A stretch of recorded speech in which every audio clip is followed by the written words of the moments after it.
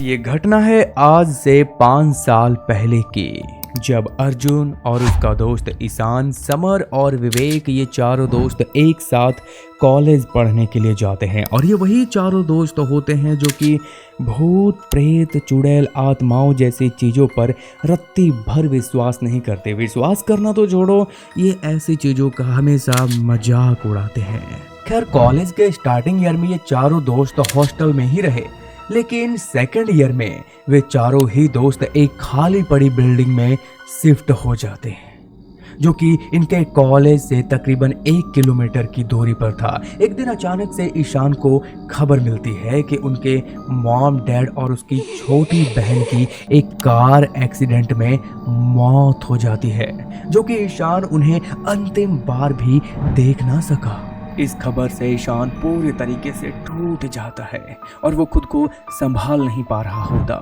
फिर अर्जुन और उसके बाकी के दोस्त मिलकर उसे संभालते हैं, समझाते हैं।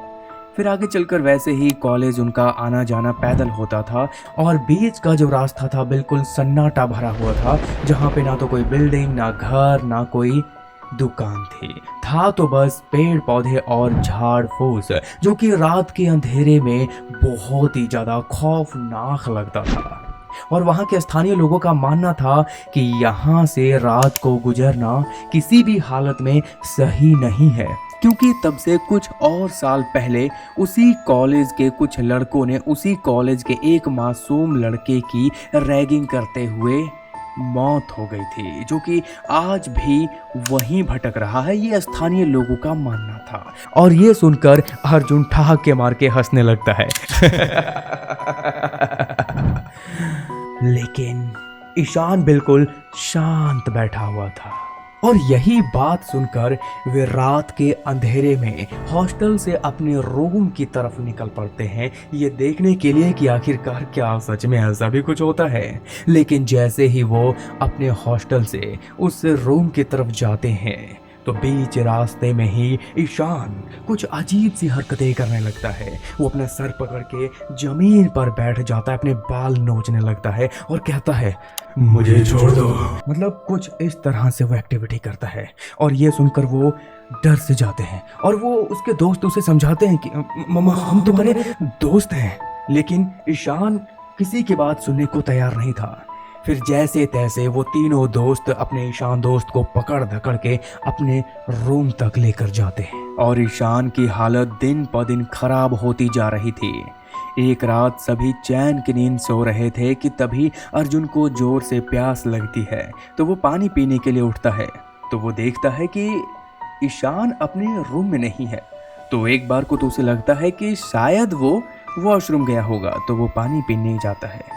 तो फिर अचानक से उसको छत की ओर से अजीब टाइप की आवाज आने लगती है। तो उसे लगता है कि कहीं ईशान छत पे तो नहीं। तो उसके मन में अजीबो गरीब ख्याल आने लगते हैं कि कहीं वो अपने मॉम डैड के गम में छत से छलांग लगाकर खुदकुशी ना कर ले। वैसे भी उसकी हालत बहुत ख़राब हो चुकी थी, तो इसलिए वो दौड़कर अपने दोस्तों के पास जाता है, समीर और वरुण के पास। तो उसको भी लेकर छत पे जाता है। तो वहाँ पर देखते हैं तो कोई नहीं होता। इस बात से समीर और वरुण उस पर गुस्सा करते हैं, चिल्लाते हैं कि तुम फालतू का हमें डरा रहे हो और कुछ नहीं। कि तभी समीर की नज़र नीचे की ओर पड़ती है और वो कहता है, नीचे देखो।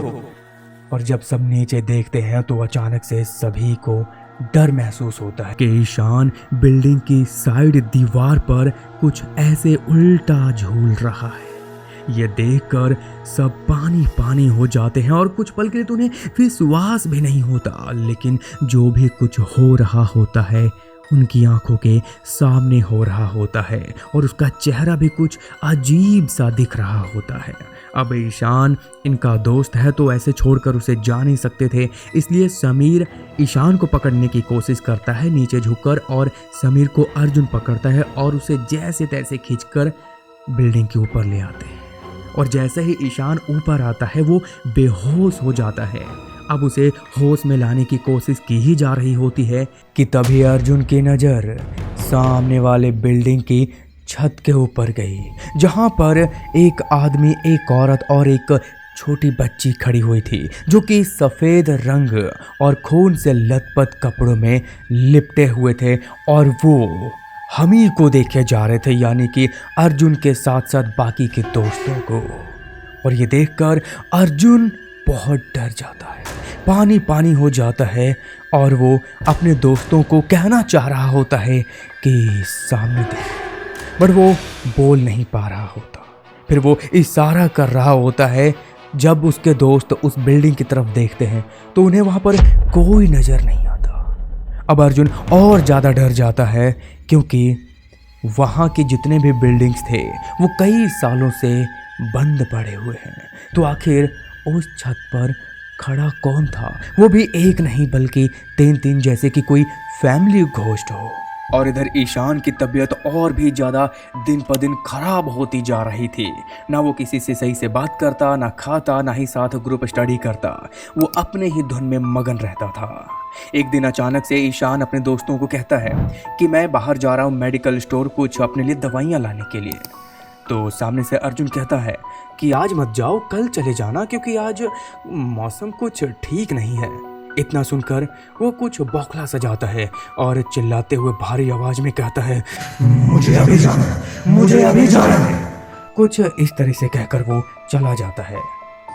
वो सब दोस्त उसके बदलते हुए रूप को देखकर काफी परेशान हो जाते हैं, बट कुछ से हद तक इग्नोर भी करते हैं। लेकिन अर्जुन, जिसने कि छत पर वो घोस्ट देखा था, वो उस कड़ी को मिलाकर अपने ईशान दोस्त को भी देख रहा था और यही सोचकर परेशान हो रहा था कि आखिरकार उसने छत पर किसे देखा, वो कौन थे। इतना सोचकर वो बहुत परेशान होने लगा। उसके हाथ पांव कांप रहे थे और अब रात के 10 बजने को थे। अर्जुन यूं ही छत पर टहल रहा था कि अचानक से फिर से वही फैमिली घोस्ट अर्जुन को दिखाई पड़ता है। उसे ऐसा लग रहा था कि वो तीनों घोस्ट अर्जुन से कुछ कहना चाहते हो, लेकिन अर्जुन इतना ज्यादा डर जाता है कि वो भागकर अपने समीर और वरुण दोस्त के पास चला जाता है और उसे भी ये पूरी बात बता देता है। और वो भी डर से कांपने लग जाते हैं क्योंकि सुबह से गया हुआ ईशान अभी तक नहीं लौटा था। सारी कड़ी को मिलाकर तीनों डर से कांपने लग जाते हैं। और अब रात भी काफी ज्यादा हो गई थी। उनका डर से बुरा हाल था, इसलिए वो वापस अब हॉस्टल भी लौट कर नहीं जा सकते थे, क्योंकि मैंने आपको स्टार्टिंग में ही बताया था कि उनके हॉस्टल से इनकी बिल्डिंग की दूरी 1 किलोमीटर की है और बीच का रास्ता बिल्कुल सुनसान और बहुत ही डरावना है। तो वो वापस भी नहीं जा सकते थे। अब ऐसे ही करते करते रात के 2 बजने को थे। अचानक से दरवाजे पे नॉक करने की आवाज आती है। डरते डरते अर्जुन जाता है, दरवाजा खोलता है। दरवाजा खोलकर देखता है दाएं बाएं आगे पीछे बाहर कोई नहीं है। ये देखकर तो उसकी हालत और खराब होने लग जाती है। जल्दी से दरवाजा बंद करके वो दौड़कर अपने दोस्तों के पास आ जाता है। उस रात चैन की नींद कोई नहीं सो पाता, क्योंकि सुबह होने तक उनके बिल्डिंग्स में पैरानॉर्मल एक्टिविटी लगातार होती रहती है। कभी दरवाजे को नॉक करना, कभी खिड़की का अपने आप खुल जाना और न जाने क्या क्या। जैसे ही सुबह होती है वे भागकर अपने हॉस्टल की तरफ चले जाते हैं। अर्जुन को हॉस्टल में जाने के बाद पता चलता है जो ईशान, जो कि उसका दोस्त था, जो कल सुबह ही मेडिकल स्टोर दवाई लेने के लिए गया था, वो मेडिकल स्टोर ना पहुंचकर कहीं सड़क पर बेहोश हो गया था। उसे उठाकर हॉस्पिटल में एडमिट करवाया गया। खैर दोस्तों, अर्जुन को आगे पता चलता है कि डॉक्टर ने ये बताया है कि ईशान को बहुत बड़ा सदमा लगा है। शायद उनके मॉम डैड के चले जाने का सदमा लगा हो। अब अर्जुन को ये बात तो समझ में आ गई थी कि आखिरकार ईशान ऐसी हरकतें क्यों कर रहा था, लेकिन एक बात अभी भी उसके जहन में थी कि ये सब तो ठीक है, लेकिन अर्जुन उस रात बिल्डिंग की साइड वॉल पे कैसे चल पाया।